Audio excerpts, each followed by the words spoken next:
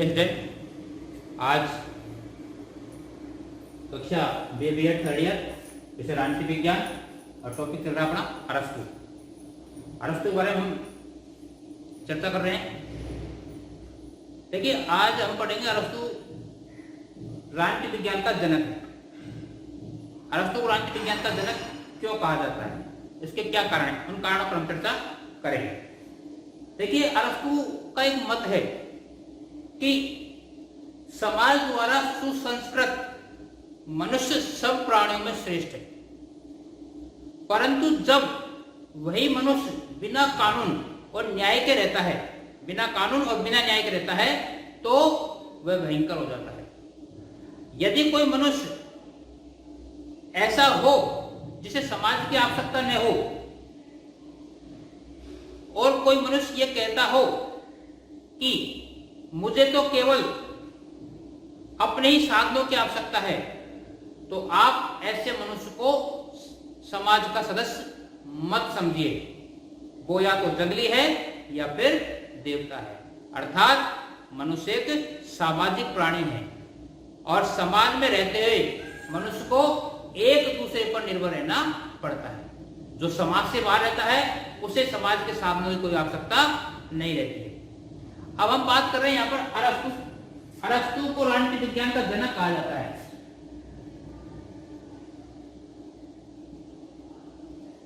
अरस्तु को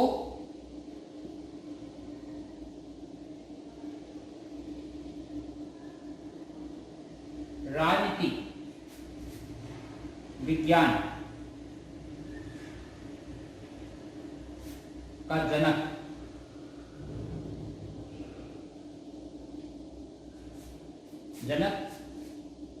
निम्नलिखित निम्न कारणों से कहा जाता है। निम्न कारणों से कहा जाता है।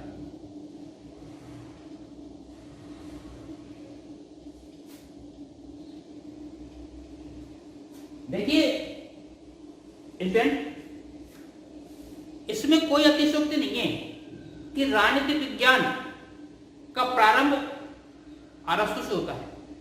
हालांकि प्लेटो के राजनीतिक विचारों में राजनीति का उल्लेख हुआ है साथ साथ, लेकिन उसके जो राजनीतिक विचार हैं वो कल्पना की उड़ान है। वो हमेशा कल्पना में खोया रहा और उसने एक आदर्श राज्य की कल्पना की जो पृथ्वी पर संभव नहीं है। प्लेटो की पद्धति निगमनात्मक थी। कौन सी थी? निगमनात्मक, जो इस बात पर विचार करता है कि आदर्श राज्य कैसा होना चाहिए।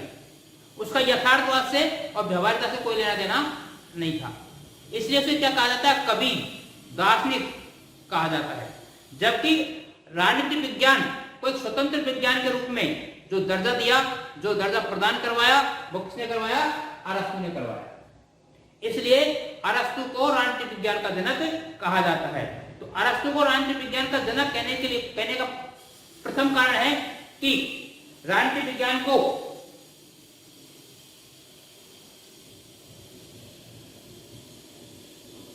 विषय के प्रति वैज्ञानिक दृष्टिकोण, पहला कारण कौन सा है कि विषय के प्रति वैज्ञानिक दृष्टिकोण।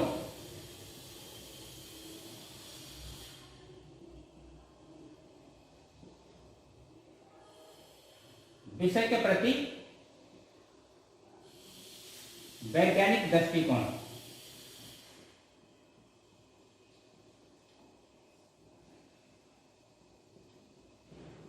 वैज्ञानिक दृष्टिकोण। दूसरा है राजनीति विज्ञान को स्वतंत्र विज्ञान का रूप प्रदान करना।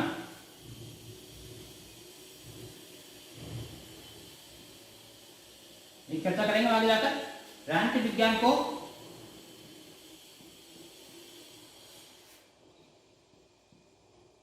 स्वतंत्र विज्ञान का रूप प्रदान करना।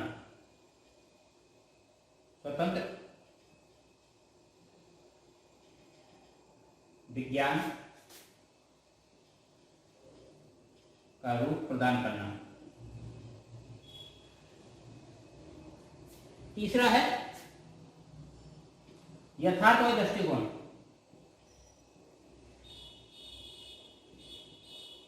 यथार्थवादी दृष्टिकोण,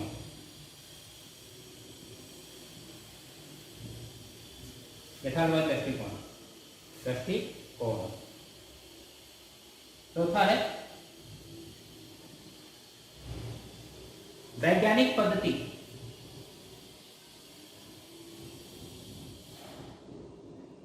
वैज्ञानिक पद्धति,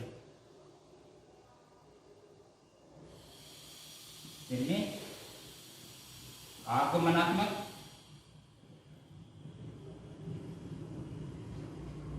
व तुलनात्मक,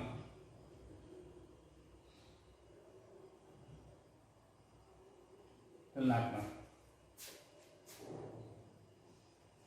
अगला है राज्य का क्रमबद्ध, राज्य का पूर्ण एवं क्रमबद्ध अध्ययन, राज्य का पूर्ण व क्रमबद्ध अध्ययन।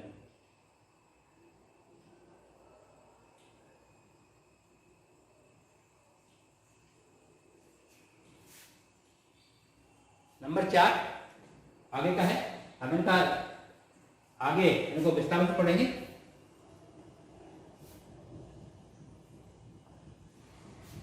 राज्य का क्रमबद्ध पूर्ण अध्ययन के बाद हम देखते हैं विधि की सर्वोच्चता में विश्वास, विधि की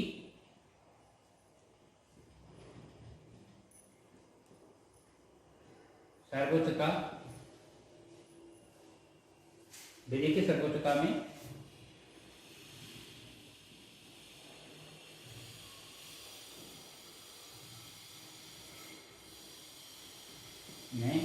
विश्वास। अंतिम में है राजनीतिक संस्थाओं को आर्थिक आधार प्रदान करना, राजनीतिक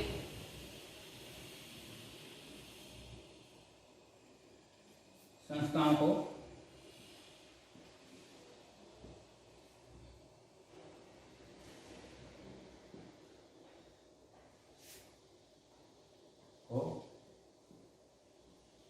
आर्थिक आधार, आर्थिक आधार प्रदान करना, प्रदान करना।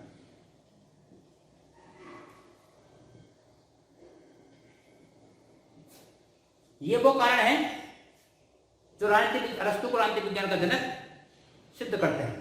दोबारा बताता हूं मैं, विषय के प्रति वैज्ञानिक दृष्टिकोण पहला कारण, दूसरा राजनीति को स्वतंत्र विज्ञान रूप प्रदान करना, यथार्थवादी दृष्टिकोण, विधि की सर्वोच्चता, राज्य का पूर्ण एवं क्रमबद्ध अध्ययन और राजनीतिक संस्थाओं को आर्थिक आधार प्रदान करना। ये वो कारण है जो राजनीतिक विज्ञान, अरस्तु को राजनीतिक विज्ञान का जनक बताते हैं, बनाते हैं। अब हम आगे पढ़ते हैं, अब हम विस्तार से पढ़ेंगे इनको। पहला था आपका विषय के प्रति वैज्ञानिक दृष्टिकोण, विषय के प्रति वैज्ञानिक दृष्टिकोण,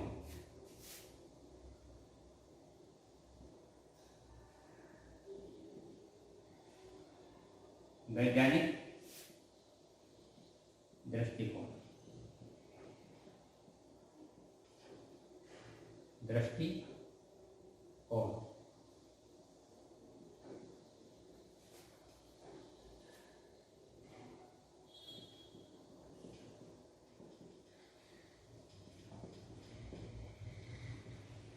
देखिए अरस्तु ने अपने समय की समस्त राजनीतिक संस्थाओं का अध्ययन किया और क्रमबद्ध और पूर्ण एवं क्रमबद्ध किया। अरस्तु ने 158 संविधानों का अध्ययन किया अपने समय के। अरस्तु ने कितने संविधानों का? 158 संविधानों का वैज्ञानिक ये ध्यान रखना, आप कितने संविधानों को, 158 संविधानों का अध्ययन अरस्तु ने किया, वैज्ञानिक एवं क्रमबद्ध रूप से किया, वैज्ञानिक दृष्टि से किया, इसलिए अरस्तु को राजनीतिक विज्ञान का जनक कहा जाता है। और ये सब अध्ययन उसने किसमें किया? पॉलिटिक्स में किया। पॉलिटिक्स के अंदर इसमें इसका उल्लेख किया गया है अरस्तु के द्वारा, और जितने भी उसने तथ्य एकत्रित किए वो सब वैज्ञानिक दृष्टि से किए, और इससे निष्कर्ष निकाला जाता है कि अरस्तु की जो पद्धति थी वैज्ञानिक पद्धति, वैज्ञानिक दृष्टिकोण रखता था। दूसरा है राजनीतिक विज्ञान को स्वतंत्र विज्ञान का रूप प्रदान करना।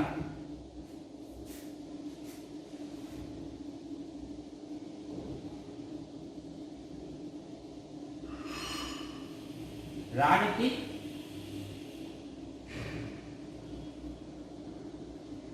विज्ञान को स्वतंत्र रूप प्रदान करना।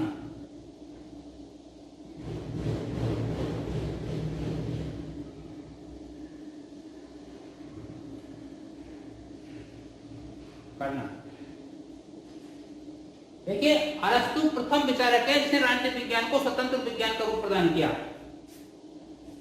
प्लेटो की राजनीतिक व्यवस्था में राजनीतिक विचारों का जो वर्णन मिलता है उसमें उसने राजनीति को नीति शास्त्र के साथ मिश्रित कर दिया। प्लेटो ने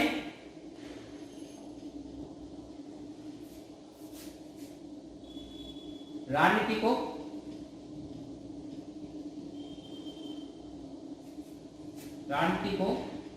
किसके साथ? नीति शास्त्र के साथ, नीति शास्त्र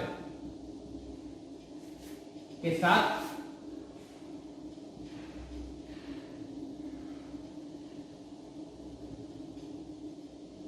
मिश्रित कर दिया, जिससे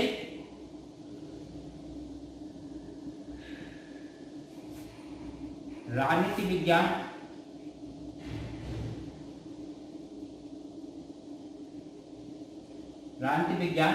नीति शास्त्र का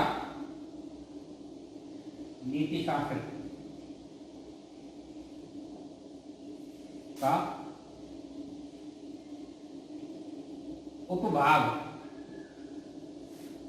बनकर रह गई।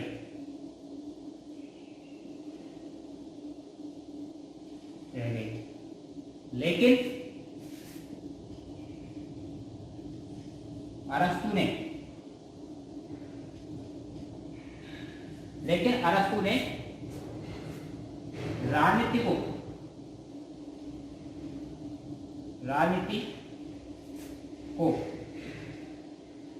नीति शास्त्र से अलग कर दिया, नीति शास्त्र से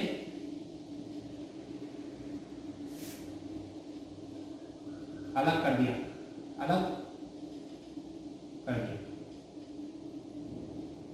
नीति शास्त्र को अलग कर दिया और जिससे राजनीति का अध्ययन स्वतंत्र रूप से किया जाने लगा। एक विचारक है डेनिंग ने कहा है कि राजनीति विज्ञान के इतिहास में अरस्तु का सर्वप्रमुख जो महत्व इस तथ्य से है कि राजनीति को एक स्वतंत्र विज्ञान का स्वरूप प्रदान किया। किसने किया? अरस्तु ने किया, क्योंकि उसने प्लेटो की भांति नीति शास्त्र से उसको मिश्रित नहीं किया बल्कि उसको अलग कर दिया और नीति शास्त्र का अध्ययन अलग रूप में किया जाने लगा और राजनीति शास्त्र का अध्ययन अलग रूप में किया जाने लगा। अगला है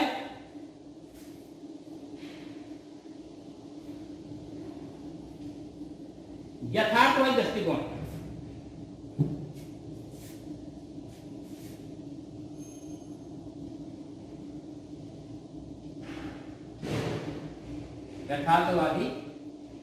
यथार्थवादी दृष्टिकोण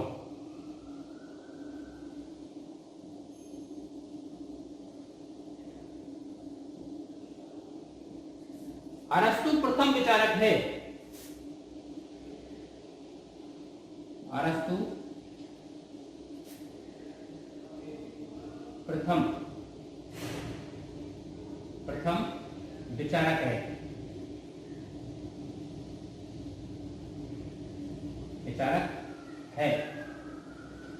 जिसने अरस्तु प्रथम विचारक है जिसने राजनीति का यथार्थवादी और व्यवहारिक दृष्टिकोण से विचार किया है। और अरस्तु का एक अपूर्व गुण है संयम और संतुलन। संयम और संतुलन। अरस्तु ने कभी भी अतिशयोक्तियों का सहारा नहीं लिया है और सदैव अतिशयोक्ति से बचने का प्रयास किया है। उसने मध्यम मार्ग का अनुसरण किया है। इसका मध्यम मार्ग का। कैटलिन ने कहा, एक विचारक हुआ कैटलिन ने कहा है कि कन्फ्यूशियस के बाद यदि सामान्य ज्ञान और मध्यम मार्ग का सबसे बड़ा कोई प्रतिपादक है तो कौन है? अरस्तु है। इसलिए अरस्तु ने प्लेटो की भांति कभी संपत्ति का साम्यवाद, स्त्रियों का साम्यवाद और दार्शनिक राजा की कल्पना नहीं की है। उसे उसे बुद्धिजीवियों पर विश्वास नहीं था, बल्कि सर्वसाधारण जनता पर विश्वास था। इसलिए उसने राज्य के जनता के हित में दार्शनिक राजाओं की तरह कोई नियंत्रण नहीं लगाया है। इसलिए अरस्तु को राजनीतिक विज्ञान का जनक कहा जाता है। अरस्तु प्रथम विचारक है जिसने राजनीति पर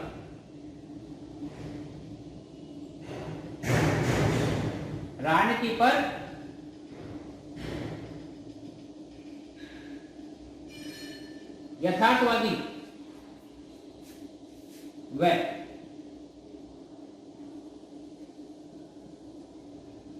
व्यवहारिक दृष्टिकोण से विचार किया है।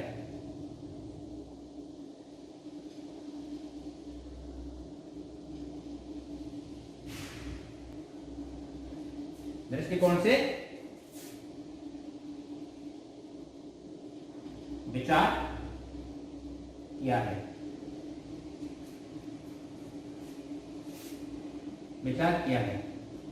कैटलिन के शब्दों में ध्यान रखना, ये कैटलिन के शब्दों में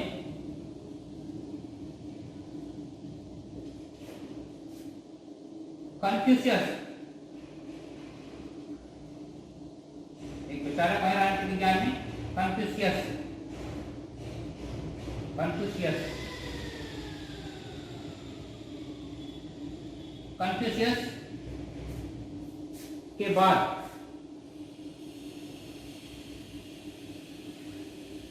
बाद यदि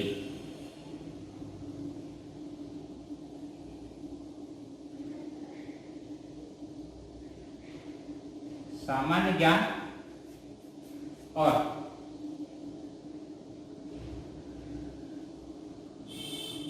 मध्यम मार्ग का सबसे बड़ा प्रतिपादक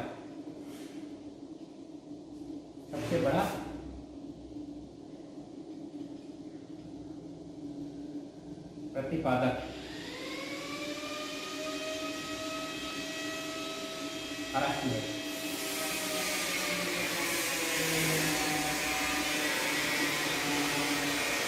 कन्फ्यूशियस के बाद यदि सामान्य ज्ञान और मध्यम मार्ग का सबसे बड़ा जो प्रतिपादक वो कौन है? अरस्तु है। और इसीलिए उसने मध्यम मार्ग अपनाया है, व्यवहारिक रास्ता अपनाया है, इसलिए राजनीतिक विज्ञान का जनक कहा जाता है। तीसरा पॉइंट है, चौथा पॉइंट है आपका वैज्ञानिक पद्धति।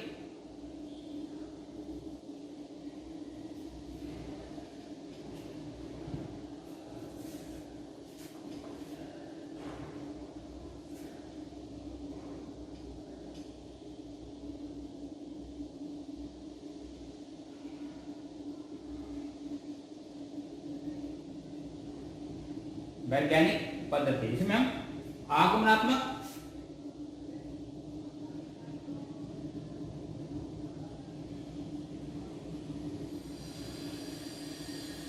व तुलनात्मक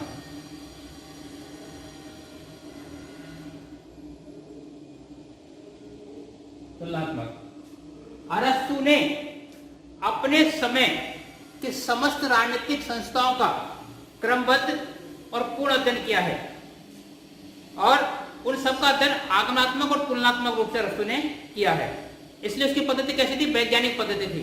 साथ साथ अरस्तु ने अपनी पुस्तक पॉलिटिक्स में 158 संविधानों का अध्ययन किया है तुलनात्मक रूप से।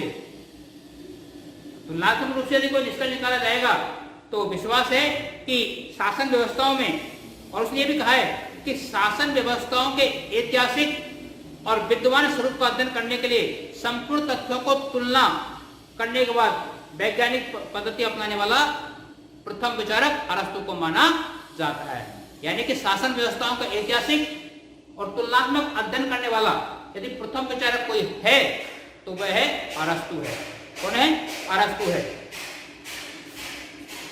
अगला पॉइंट है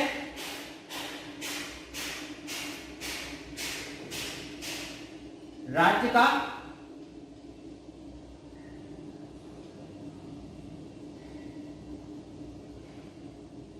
पूर्ण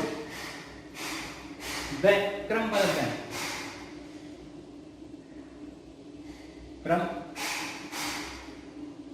क्रमबद्ध अध्ययन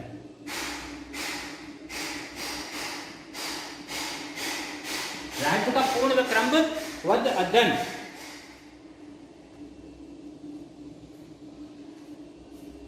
अरस्तु प्रथम विचारक था जिसने राज्य का पूर्ण और क्रमबद्ध अध्ययन किया। उसने राज्य का स्वरूप, राज्य की रचना, स्वरूप, सरकार का निर्माण, संविधान की व्याख्या, नागरिकता, क्रांति आदि पर संपूर्ण रूप से क्रमबद्ध अध्ययन उनका किया है और उनके बारे में व्याख्या की है। इसलिए अरस्तु को राजनीति विज्ञान का जनक कहा जाता है। प्रकार संपूर्ण रूप से कानून की सर्वोच्चता, क्रांति, राज्य का विस्तार, राज्य के महत्वपूर्ण विषय, कानून की सर्वोच्चता, विधि का शासन, सरकार का निर्माण आदि पर अरस्तु ने विस्तृत रूप से क्रमबद्ध प्रकाश डाला है। अगला है सरकार के अंगों का निरूपण। सरकार के अंगों का निरूपण।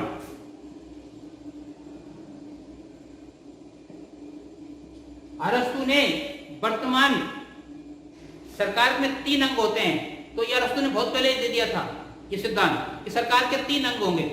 पहला नीति निर्माण, सरकार के 3 अंग बताए। पहला है नीति निर्माण, दूसरा है प्रशासक,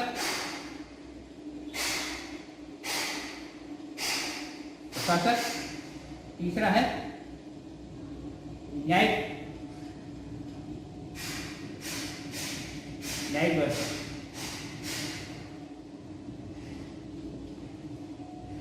वर्तमान की तरह ही है, वर्तमान व्यवस्थापिका, कार्यपालिका और न्यायपालिका। अरस्तु ने उसको नीति निर्माण जो आज की व्यवस्थापिका है, प्रशासन आज की कार्यपालिका है और न्यायिक व्यवस्था आज का न्यायपालिका है। और यही सिद्धांत आगे जाकर शक्ति पृथक्करण सिद्धांत का रूप बना। शक्ति पृथक्करण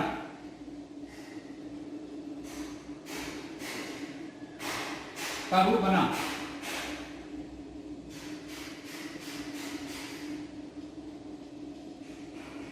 तो किसने दिया? मांटेस्क्यू ने दिया। सीधी सी बात है कि अरस्तु को दार्शनिक शासन, बुद्धिजीवी जो दार्शनिक शासन है उस पर विश्वास नहीं था, बल्कि उसको परंपरागत नियम और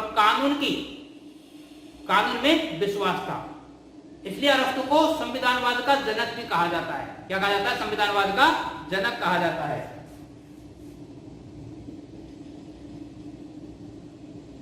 संविधानवाद का जनक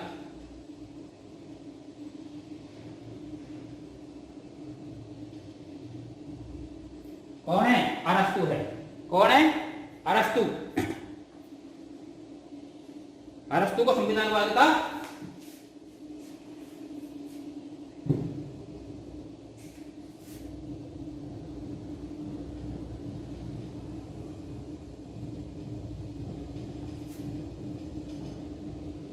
जनक किसे कहा जाता है? अरस्तु को कहा जाता है।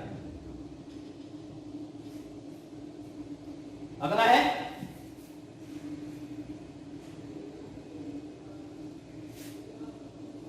राजनीतिक संस्थाओं को आर्थिक रूप प्रदान करना। राजनीतिक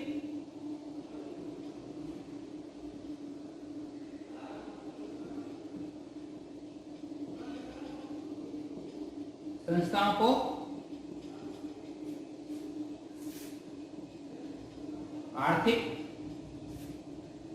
आधार देना। अरस्तु प्रथम विचारक है जिसने राजनीतिक संस्थाओं को आर्थिक आधार प्रदान किया और उसने अपने विचारों में यह कहा कि संपत्ति का लक्ष्य, संपत्ति का वितरण न्यायोचित होना चाहिए। क्यों? क्योंकि यही राजनीतिक क्रांति का कारण बनता है। अतः प्रत्येक व्यक्ति को उसकी योग्यता के अनुसार संपत्ति का वितरण होना चाहिए, सम्मान का वितरण होना चाहिए, नौकरियों का वितरण होना चाहिए।